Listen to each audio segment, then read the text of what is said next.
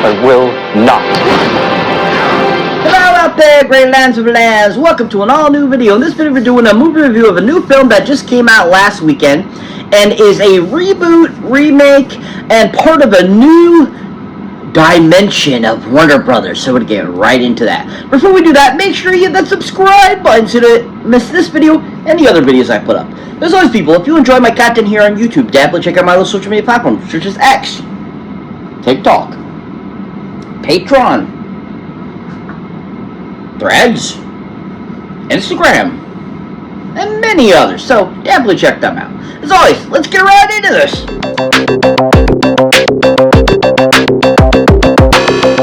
So welcome one and all to an all-new video. So like I say, before we're doing a movie review of a newer film that just came out last week and is a remake, reboot of a new franchise from a new studio created just a couple years. And that happens to be a film called Superman. Yeah, Superman. Yeah. So Superman, we all know, is considered a huge hit recently after its opening weekend from July 11th. And it's been considered quite a mixture, I feel, of love and hate. I've seen a lot of love, but then I've also seen a lot of hate as well. And Superman, to me, after seeing it twice now in theaters, is one of those films that it definitely has things that are definitely a certain way, and at the same time it's got things that are awful, and then also at the same time it's got things that are okay and entertaining. Now, this film definitely is not your typical Superman film, for example, or another example. These are actual Superman films. This one, 100%, is not a Superman film. Not only did they take the original moniker of Superman, they altered that, plus also they made him into a whiny little bitch, which was really awful. I was just really disappointed with that because, you know, when it comes to Superman, if you think about it, what do you think about when you see Superman? You think of the Man of Steel. You think of the ultimate hero. You think of a person that nothing phases him because he's not from this earth. Not somebody that gets beaten up the first 5 seconds into the frickin' movie and then throughout the rest of the film keeps getting beat up. Now, I will have to say, spoilers ahead, people, spoilers, I do have to say that at least that him getting beat up by a certain character in the film, Ultraman, you find out later in the film that he is of some certain thing that makes more sense why he'd be able to beat up Superman. But at the same time, though, making your titular character like that, just to me was stupid as hell. And I was like thinking, why the hell did they decide to go this route? Now, granted, this film does take you to all different types of directions. They bring in Crypto, they bring in several other characters that are in the DC universe, and so like that, which, you know, unfortunately, sometimes you don't want to jam-pack too much stuff into one film. Now, for example, you know, taking three heroes that really we've kind of seen a couple of them before, we've seen iterations and so forth, but really haven't seen a particular other character. His first outing was actually fantastic. And, you know, I thought this film definitely was a secondary character entertaining type of film. Now, don't get me wrong, I had things that I absolutely enjoyed about the film, most definitely. I didn't absolutely hate this film. It's not a love-hate relationship, but at the same time, I was kind of like, what the hell am I watching here? Even after I was watching it twice, there were so many things I was just like, wow, like, where did they decide to go with this? Now, I remember when these first were being put out, this movie was first giving, you know, viewerships, and I heard that the shootings or the viewings were really horrible, like really bad, you know, reviews and stuff like that from the first screenings of this film. I was like, ooh, that's not good. Because if something like, supposedly now that's so huge and popular, everyone's like, oh, it's so damn good, gets really bad reviews at first, what the hell did they cut out that they had to in order to get it to be supposedly good now? which is too bad because, like I said, Superman is such a great character. He's the American dream. He is America, kind of like Captain America. And, you know, if you can't see Superman as that type of titular character, which he has been since his inception, you know, by, you know, Schuster and Siegel, you know, unfortunately, that to me is not Superman. Now, like I said, there is good with the bad in this film. Like I said, the secondary characters are really fantastic. I really enjoyed them, and they are what made the film tolerable, I should say. Now, this happens to be directed and written by none other than Mr. Guardians of the Galaxy himself, Mr.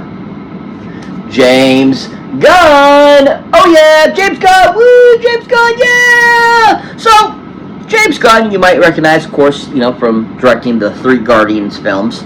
You might recognize him from Peacemaker and so forth. And, of course, you know, he had the big controversy a few years ago about Twitter tweets and stuff like that. But I tell you what, James Gunn is definitely, you know, has always been a really great writer and director, I thought. I've always enjoyed what he's put out in previous years. But I just couldn't get over how crazy woke he went with this film. Now, a lot of people are saying, oh, this film is not woke and that James Gunn did not write it woke. And I'm sorry. This film is definitely stealth woke. You can take it however you like, but this film is definitely stealth woke, where he inserted things into the film that are obvious related to current events that have happened, but they don't outright say that they are. Hence, stealth woke. Now, I don't know what he was thinking when he wrote this film, but he definitely had some sort of thought process that he wanted to include all these types of things. And at the same time, why the hell did he write Superman getting his butt kicked all the time? Now, in previous Superman iterations, you know, we have seen him be shot with bullets. We have seen him take on crazy characters and barely had a touch on him, barely phased him. He basically is like a giant mountain, basically, if you think about it.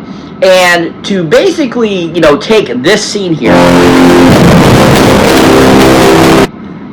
he gets hit in the head with a can and it looks like it actually hits him. Doesn't look like the can crushes or anything against his impenetrable skin. It looks like it actually hits him like he's a normal human being. And I'm like, what the hell is this? This is the most stupidest thing I've ever seen. And I'm thinking to myself, why, James Gunn? Why did you go this route? And so I have to say, this is probably the worst thing I've seen him direct. I mean, and I feel like a lot of his films are always decent, but I think he directed the holy poop into this film, and I was really disappointed because I was expecting something more out of Superman, and especially from James Gunn, who has written quite a few great things. I mean, Peacemaker, Slither, Guardians of the Galaxy 1 and 2, you know, all those films. He's even written Scooby-Doo's, the 2 Scooby-Doo live-action films were absolutely phenomenal, and it's just too bad that he took such a great character and just basically pushed it and mushed it into a giant pile of poo. And I was just like thinking to myself, I'm like, why would you want to take what your studio, the studio that gave you all this power to restart this great franchise, you know, and take it away from poor Henry Cavill, who was one of the all-time best Supermans ever, and basically turn this into a giant pile of poo? And I'm just like thinking, holy crap. And I'm just like watching and listening to these reviews and stuff about how he did such a great job and all this stuff, and it made it comic book accurate and all this stuff. Yes, he took several comic book things out of this, you know, out of the comic books and inserted it into his film, which was too much. You ever heard the term, less is more? So, unfortunately, I just think James Gunn did a really crappy job with this film. It is probably the worst film I've seen him direct, and it's too bad because he's such a talented writer and director. And I just was really disappointed with what he put into this film. Kind of like how I felt with how he did Guardians of the Galaxy Volume 3. But, at the same time, though, I still enjoyed his, you know, insertion of so many characters that gave these secondary characters really the prime light, which made the film more enjoyable. But overall, you know, James Gunn, like I said, he did, you know, the worst job I could think of, but at the same time, he put in a little bit of stuff that I thought was okay. Now, if you haven't seen anything James Gunn has directed or written, definitely a film to check out of his that I think is one of his best works ever, is a film that shows his actual great talent and showed his great directing and writing ability. And that is from a 2006 film called Slither. Yeah, Slither. Oh, yeah. He did a fantastic job with this film. Absolutely dynamite. He, once again, gave us this really great horror comedy with a great cast, Nathan Fillion, Michael Rooker, and more, and he just really made one of the best, I think, horror comedies in a really long time. I loved the antics of the film. They were over-the-top craziness, and he just really shined with his writing and his directing of that film and made a really great cult classic. And that film really shows his great, imaginary abilities and his imagination and all that kind of stuff that really shined in it, bringing this like alien creature to Earth that basically takes over and starts making these like basically this giant pod woman that is giving birth to all his little babies and stuff like that, which was really cool. And the special effects for the time were actually done really well, the physical effects and all that kind of stuff.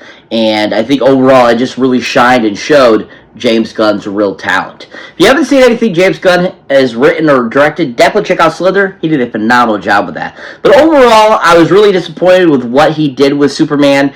I think that he put Superman's name to shame, and that he basically shamed Schuster and Siegel, the original creators of Superman, because I don't think if they were alive today and they saw this, they would think it's an abomination. So, unfortunately, I just can't say James Gunn did a good job directing this film. I thought he did a horrible job. Other than that, though, still, he has some great work out there. Definitely check it out. If you haven't seen anything he's done recently, go check out Superman for yourself. See what you think. Do you think he did a really good job?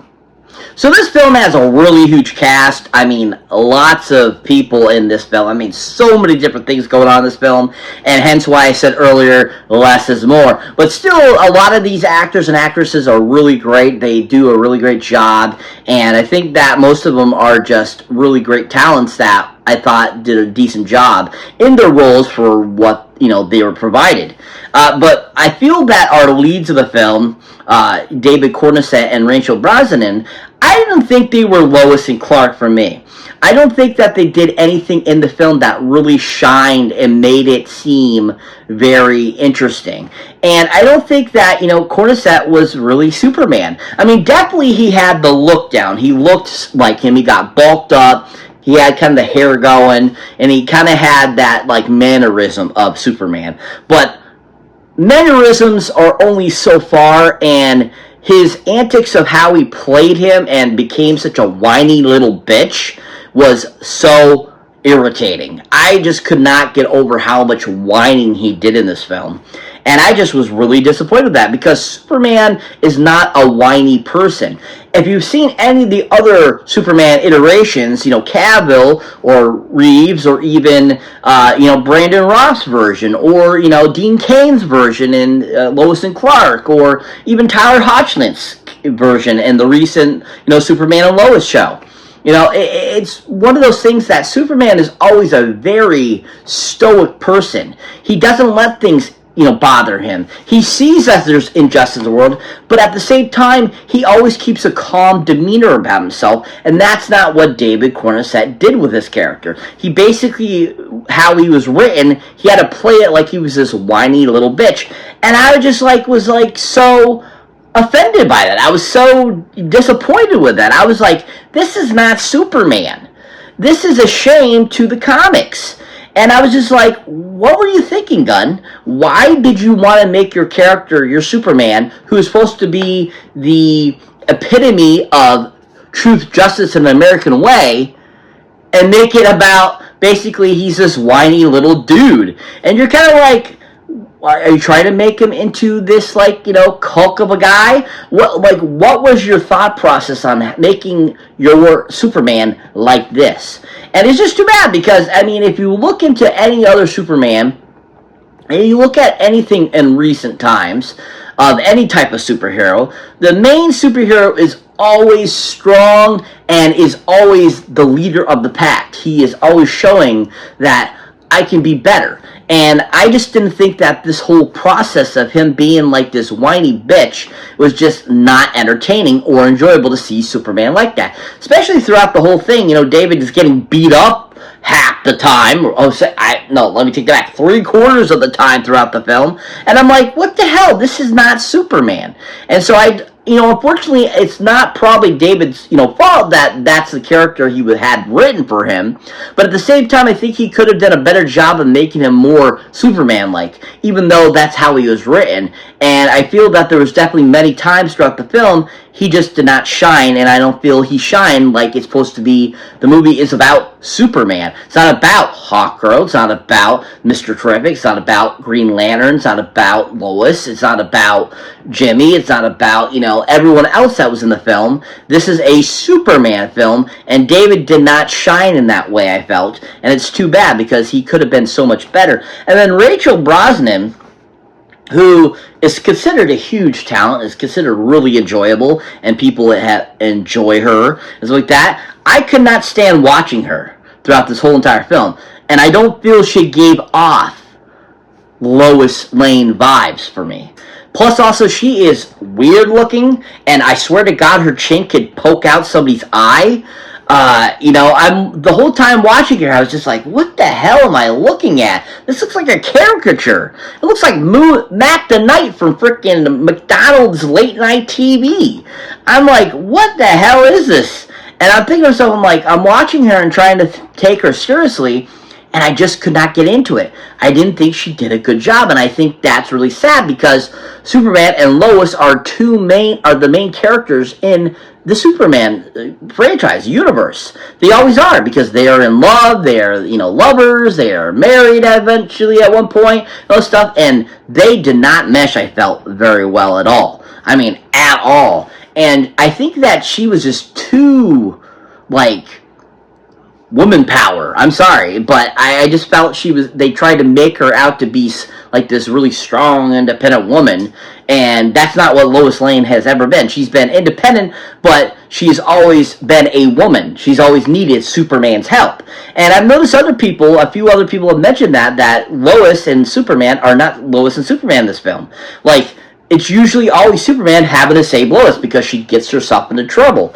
And that's not what this is all. It's basically they're like a fighting couple the whole entire film, and that just did not make it entertaining at all either. It's half the time it's oh, I think I'm going to leave Clark. I think I'm going to leave Superman. And it's kind of what the hell am I watching? This is so stupid. And so, unfortunately, I just thought that our two main leads just were not leads. They were outshined by the secondary cast, which really made the movie more entertaining. And when you have a Superman film, you need them to be the actual leads. And I did not see that in this film because of how, unfortunately, stealth woke they made it.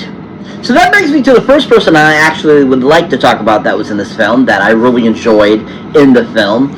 He played Mr. Terrific in the film, and that, of course, is Mr. Eddie Galpagee. Oh yeah, Eddie Galpagee. Woo, Eddie Galpagee, yeah. So Eddie Galpagee is fantastic. I think he's absolutely a great character actor. He does a lot of great things in films, and over the years I've seen him play several different characters, and I always think he's very outstanding, really enjoyable, and just always does a really great job. Now, in this film, I think he's absolutely fantastic, Mr. Terrific. I love everything he brings to the character. I like the very stokedness about him. I like the very robotic things about him. I also really enjoy how he keeps things very real. And I think that plays out really well for this character, Mr. Terrific, and he just was really enjoyable. And he just really, I thought, played it really well, too, and just made it very entertaining and very interesting. And I think that he played it also to a point where you were kind of wow, that's kind of comical, but at the same time, he's trying to be serious. And I think that played really well and really shined Eddie's, definitely great acting talent. Now, one of the first films I ever saw him in, which is a film I think you should definitely check out if you haven't seen it, is a great film that came out a few years ago called X-Men First Class. Yeah! X-Men First Class, yeah. He's absolutely fantastic in this film as Darwin. I absolutely loved him in the character. I think he plays the character to the T. I really enjoy kind of, even though it's not a huge part, he still does a really great job of making you enjoy him and liking him and feel bad for him when he passes away. And you also really enjoy just what Eddie brings to the character, and it's just a really well done performance. And also I think it really shines how great of an actor Eddie is, and how he has a really great, characterization of himself, and how he has a really great grasp on how he does roles. And I think he brought that to his character as Darwin in X-Men First Class, and just was really great.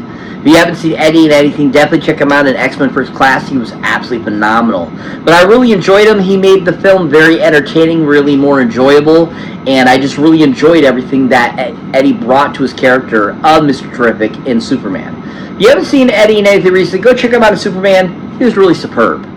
So that brings me to the next person I'd like to talk about that was in this film that I really enjoyed. And this character was absolutely freaking hilarious. She's kind of an amalgamation of Tess Mercer that you might know from the comics and stuff like that. And it's just a really fun character that I just it entertained me. I thought it was super hilarious. And it just was so well played by this actress. And that, of course, is Miss Sarah Sampaio. Oh, yeah, Sarah Sampaio. Woo, Sarah Sampaio, yeah! So Sarah Sampaio is fantastic. I think she's absolutely fantastic as a character in this film. She was another great secondary character that made the film entertaining and enjoyable. And Sarah really shined in this role. I think she absolutely played it perfectly. I loved how crazy and quirky she was. I loved how she played like kind of the ditzy blonde, but at the same time she had like this crazy obsession with Jimmy. And I think Sarah really just shined, showing that she has a really great acting abilities of playing comedic things. Even though she's not just a pretty face and a supermodel, she actually can act and can do comedy really well. And I was really impressed with that. I thought that she was absolutely dynamite. I came home after watching the first time. It was just like, holy crap, she was absolutely fantastic, Sarah Sampaio. I'm like, she is the bomb in this film. And she made the film so entertaining that I wanted to watch the film again, and that she made the film entertaining enough for me to want to get through the whole entire film, because as I've mentioned before, this film was just pretty much dog poo. But overall, she just was a great character that really shined, and just really shined how great of an actress she is. Now, if you haven't seen Sarah in anything, definitely a film to check her out in. Is a great film that came out on Netflix a couple years ago called Wifelike. Yeah! Wifelike. Yeah! So this film is a Netflix directed, streaming service film, sci-fi film about robots and stuff like that. And she plays a character in it that, was kind of interesting. And I thought that what I've seen of the clips that I've seen of her in the film, I thought she did a really decent job. I thought that she did a good job of portraying like a kind of a robotic character. I thought she did a good job of kind of portraying something that was, different and fun. And I really enjoyed just what she brought to the characterization of the character. And I think that she really just derived a really great, character that was a good part of that film. And I think it really shined on how good of an actress she is. If you haven't seen Sarah Sampaio in anything, definitely go check her out in Wifelike. See for yourself. See what you think of her acting in that. But overall, I really enjoyed what she brought to our film here. And in Superman, she was a great secondary character that made the film entertaining. And I think she was one of the best parts about the film. And I just really enjoyed her in it. If you haven't seen Sarah in anything, go check her out in Superman now. She was really phenomenal. So that brings me to the next person I'd like to talk about that was in this film. And that is none other than Lex Luthor himself, Mr. Nicholas Hoult. Oh yeah, Nicholas Hoult. Ooh, Nicholas Hoult, yeah! Nicholas Hoult is such a great actor. I absolutely love him. I mean, from, of course, his performance as Beast in the X-Men franchise to About a Boy, so forth. He's just a really great actor. And I think he absolutely played Lex Luthor to the T. He was absolutely on point and fun. And I really enjoyed just what he brought to it, too, because I thought he took a lot of dialogue and a lot of his presence of his performance from getting advice from Michael Rosenbaum, who played him in Smallville.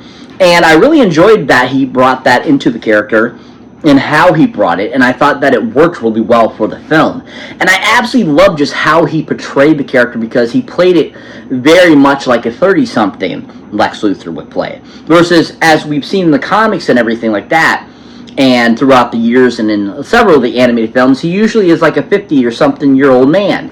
And so I think that how he does it and how he took his, advice from Michael Rosenbaum and seeing other variations of Lex, he really brought a great new type of Lex Luthor to the film franchise. And I really enjoyed everything he brought for that. I thought he played a really great villain. One of his best scenes, of course, as Lex Luthor, is when he is doing Russian roulette with a person that knows Superman. Was one of his best scenes ever, and it was so on point and so well done. And just a really great way of showing that he really is a really fantastic villain.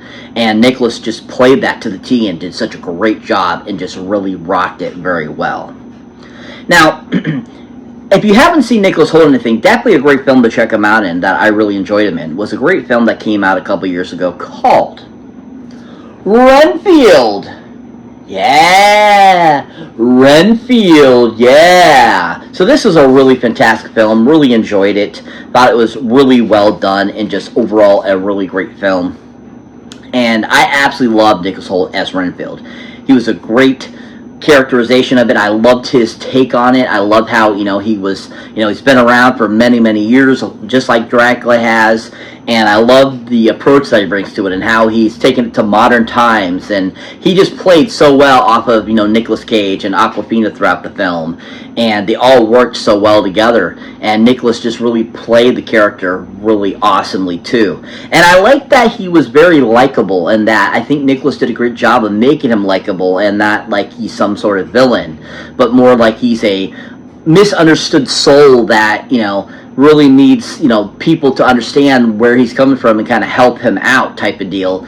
And Nicholas did a great job of giving us that really fantastic comedic performance that worked out really well.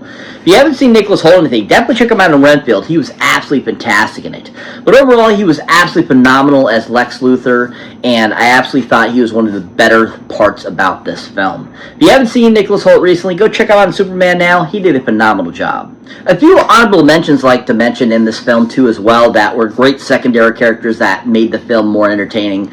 Of course, were the great Nathan Fillion, who played Guy Gardner's Green Lantern. He was absolutely fantastic, I thought, in the film. He was super funny. He had some really great one-liners, and I think that he just was on point playing the character, even with that really horrible hairdo, that bowl cut. Was absolutely hilarious on him, and I think it just was a really great characterization of that Guy Gardner. And I'm looking forward to seeing him in the Lantern series and see just what he brings more to Guy Gardner as well. Also have to mention the great and beautiful Miss Isabel Merced, who plays Hawkgirl in the film. I absolutely love Isabel. I think she's been a fantastic actress. I've watched her for many years. I've enjoyed pretty much any role she's ever been in. I think one of my favorites, of course, is her Dora Explorer version.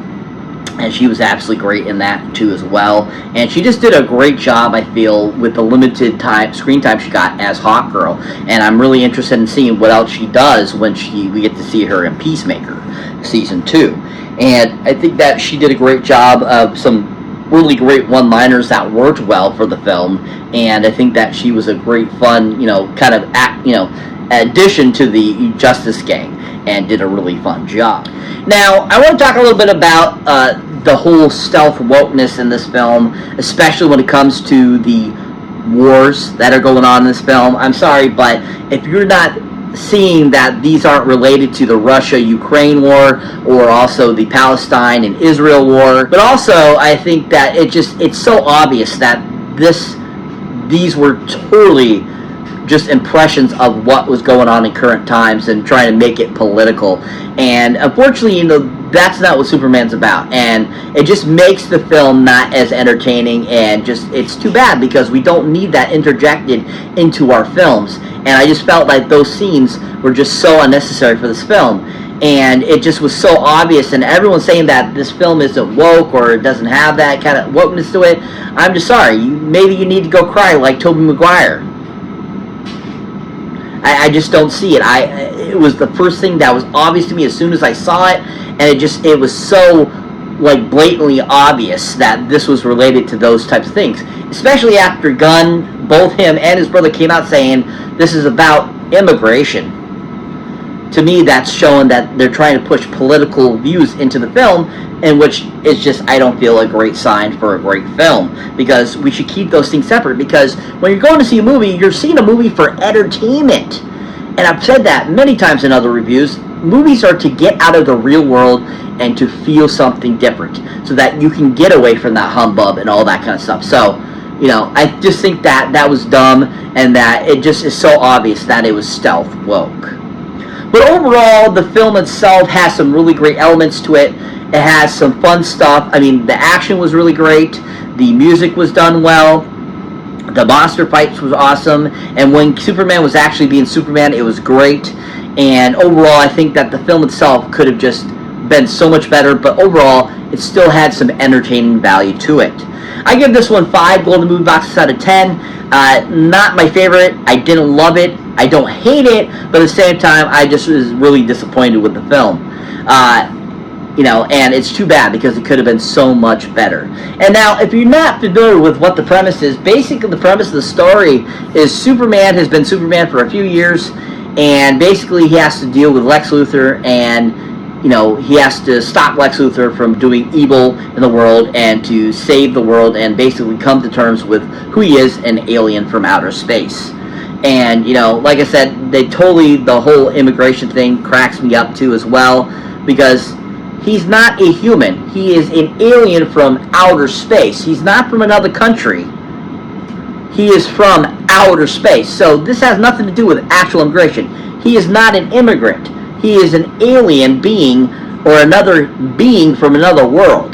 Completely different two things. So I just think it's funny that they decided that it's about immigration. So I just have to throw that out there too. I just thought that was stupid as well. But overall, some entertaining value, I have to mention again. Some entertaining value. And pretty much that's the premise of the film. If you haven't seen it yet, go check it out in theaters now. See what you think. Like I said, this is always just in my opinion. No affiliations with anybody. It's my opinion alone. So, go check out for yourself. See what you think. Do you agree? Is this stuff woke or not woke?